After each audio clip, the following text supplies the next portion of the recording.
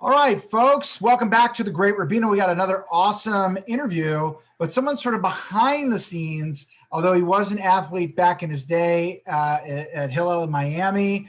I'm here with John Kaweblum, the CEO and founder of Klipped Kippahs. I actually totally forgot. I have one. I was going to wear it. Now I'm wearing a different kippah. Okay, brain fart. But I have a Oakland A's one, which I told you about. But you might have seen them at Major League Baseball games, all around these really awesome Kippot. We also have the clips inside, but we're talking to John today because they have some really cool deals with some interesting sports companies. So John, how you doing? Good. Thanks for welcoming me. You can tell that John is in Florida because he's outside and I'm indoors in Minnesota. So there's a big difference.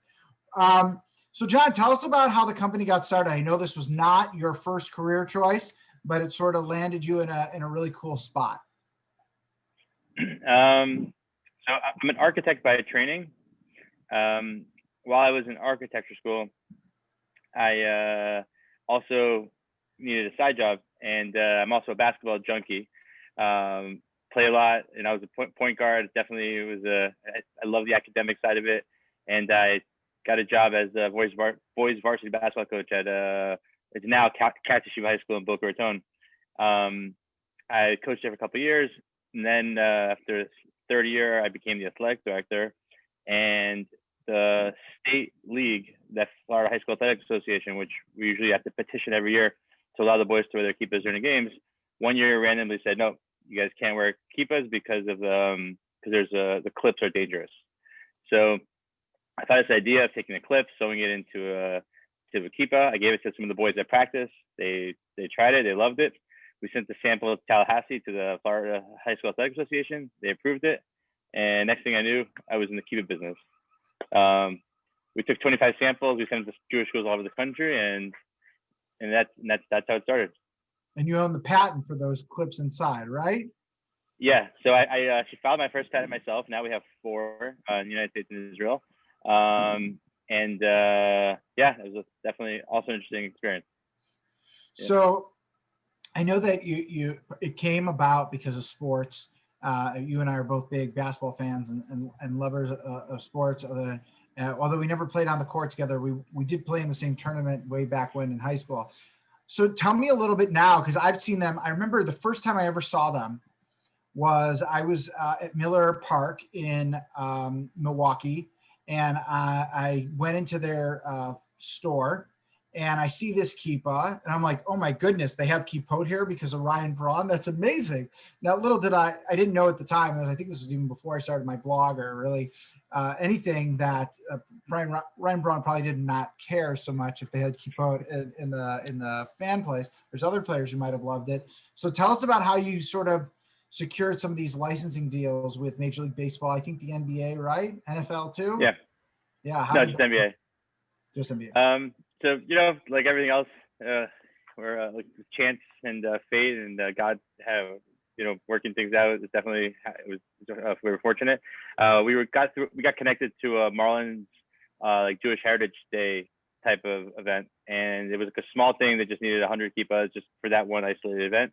And then from there, we started getting into seeing what would it take to get licensing through a chance meeting of a friend of mine that I had actually played basketball with many years before. We met about something else, and we started talking, and a company that he worked with had a lot of connections in Major League Baseball, and we pretty much partnered with them and to be able to bring, officially licensed MLB kippahs. And then this NBA soon followed after that. That was it was definitely cool to see. The first in the beginning, they had kippahs at Modell's and at Champs, which is definitely, that's something you'd think you'd see. But it's cool to see him at MLB.com, at the stadiums, at the arenas. Yeah, that's awesome. It's funny because when I grew up, if you wanted a sports kippah, it was either a suede one that someone stamped, or like the other ones where they used like that paint, that like paint you could paint your logo. The companies would do that. The puffy paint. Yeah, the puffy paint. And it'd be like, I had one or two, and like people thought they were cute. It was like, these are so not fashionable. When I saw your kippah, I was like, amazing. And I told you this story that I dress up for our fundraisers at the synagogue, and I was wearing the Oakland A's one because we had Aaron Sorkin for Moneyball. And he came up to me, he's like, one of the movies I did, are you an A's fan? I go, no, I'm wearing this because of you. Like, I thought it would be a cool thing to wear. So he, at least, very least, the great Aaron Sorkin knows that your Kippot exists. So that's kind of cool too. So the reason we were connected with like a lot of things that I do is through Team Israel Baseball. So tell us about some of the things you guys are working on in terms of merchandise and swag with them. So actually, a couple years ago, when Team Israel was in the World Baseball Classic and they had some of the success, we, through the MLB partnership, we were able to make Team Israel Kippahs. And by the time we got them out and out there, it was kind of a little bit too late, and we missed the opportunity. This time around, when the Olympics were supposed to be last summer, we got connected through the same channels to the leadership of Team Israel Baseball, and we pretty much said, we're happy to make Kippahs for you guys again. And then they said to us, well, we're also looking for a merch solution, a turnkey solution. And aside from the Kippahs, we realized a long time ago that Kippahs we're really in the event business. Half of our business for Kippahs comes from schools, half of it comes from events. So we do a lot of event type stuff. We have our own screen printing and embroidery shops, and we do a lot of merchandise and apparel. It's just part of what we do. So I said, yeah, we could definitely help you out. We'd love to be part of Team Israel Baseball, and any in general, and also with the amazing success you guys had, we'd love to be part of it. So that's how the relationship started. We've been working with them ever since. Yeah, they're really, really great. And some of the guys have really gotten on the bandwagon of, the merchandise. I saw Nick Rickles is one of the catchers, posted, I think, tweeted out or Instagram, one of the socials that I follow Nick on or talked to him on.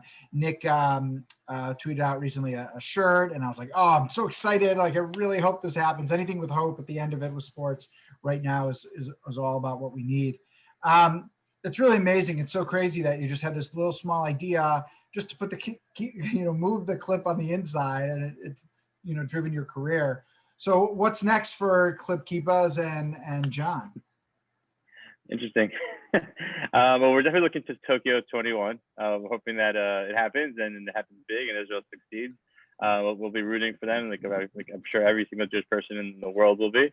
So definitely excited for that. We're actually starting a new initiative where we'll be offering schools abilities to sell their merch online at no risk to them, or we just provide online stores for them. So that's on the horizon. So we'll see what comes. Awesome. So there's a lot of stuff out there. So if you're a Jewish school or you have a Jewish sports organization or you're working on one, but all the stuff, I would say your product is probably the best outside of like, that feeling of going to the shuk and buying one that you always wanted, where you can't do all the time, right? So it's been a pleasure talking to you. I'm glad people know the story because I think everyone who sees it, you always double take wherever you see it, and you're like, I could use one of those, right? It feels authentic and it's sporty and it's a different vibe. So John, best of luck to you and stay warm. And I'll be there in a couple weeks. Pretty excited to be there for Pesach. So awesome. Thank you for being with us. Thank you so much. I really appreciate it.